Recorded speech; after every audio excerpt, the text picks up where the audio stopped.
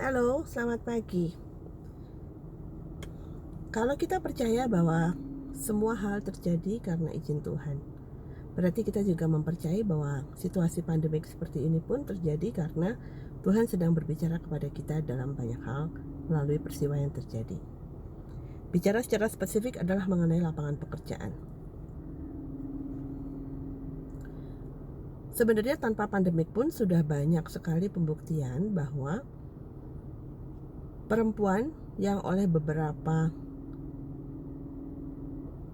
ilmu dan faham dianggap sebagai second class people, orang yang hanya punya hak masuk surga apabila mendapatkan ridho dari suami, orang yang baru dicintai Tuhan apabila suaminya setuju dan menganggap dia layak untuk dicintai.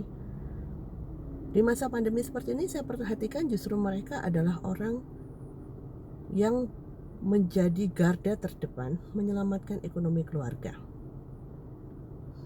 Anak-anak perempuan yang ketika di usia sekolah mereka tekun belajar, tidak sibuk bermain dan mengedepankan mereka punya hobi untuk main dengan teman-teman. Pada akhirnya mereka mempunyai bekal, keilmuan, dan mentalitas untuk menjadi fighter. Perempuan ternyata sedemikian hebat untuk tidak menjadi pecundang yang ketika menghadapi masalah lalu lari. Karena tidak mungkin meninggalkan anak lapar di rumah dan lari atas nama merasa tidak nyaman pada sebuah keadaan.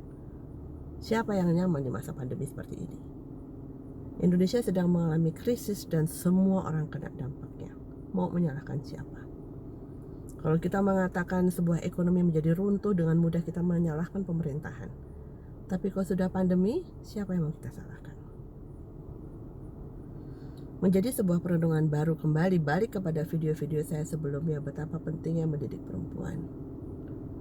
Perempuan mempunyai pilihan, tetapi yang dipilih lebih bijak.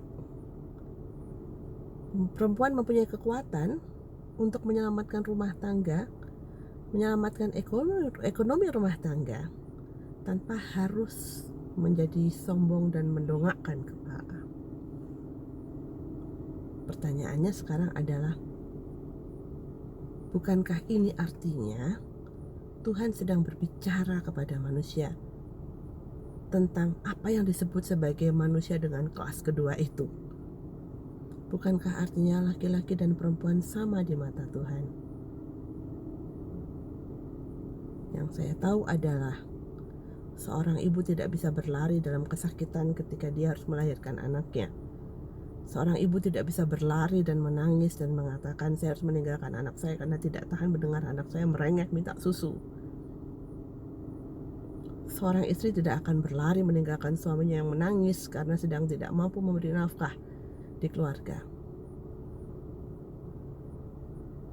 Hati-hati mendidik anak laki-laki, karena banyak anak laki-laki tidak tahan dengan itu. Terlalu sering dipuji dan dipuja sebagai kehebatan hanya karena dia berjenis kelamin laki-laki. Lalu apa yang dilakukan? Kalah.